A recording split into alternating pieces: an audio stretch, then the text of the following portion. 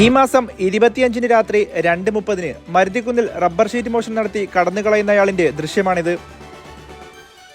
മരുതിക്കുന്ന് ജംഗ്ഷനിലെ സൈനാമൻസിൽ ഷംസുദ്ദീന്റെ വീട്ടിൽ നിന്നാണ് റബ്ബർ ഷീറ്റ് മോഷണം പോയത്. 30 കിലോളം റബ്ബർ ഷീറ്റും ഒട്ടുപാലുമാണ് മോഷ്ടാവ് കവർന്നത്.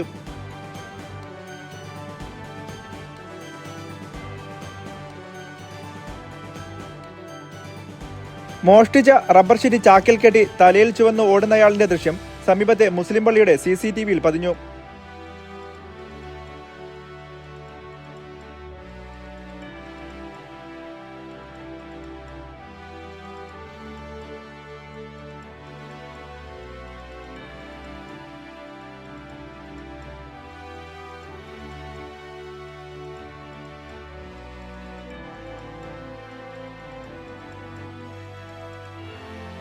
ഇദ്ദേഹത്തെ അറിയാവുന്നവർ പള്ളിക്കൽ പോലീസിൽ വിവരമറിയിക്കുക.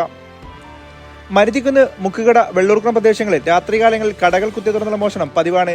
ഇതിനെതിരെ നിരവധി തവണ വ്യാപാരികൾ പള്ളിക്കൽ പോലീസിൽ പരാതി നൽകിയെങ്കിലും യാതൊരുവിധ നടപടിയും സ്വീകരിച്ചില്ലെന്ന ആക്ഷേപം ശക്തമാണ്. News desk, Kallambalam news.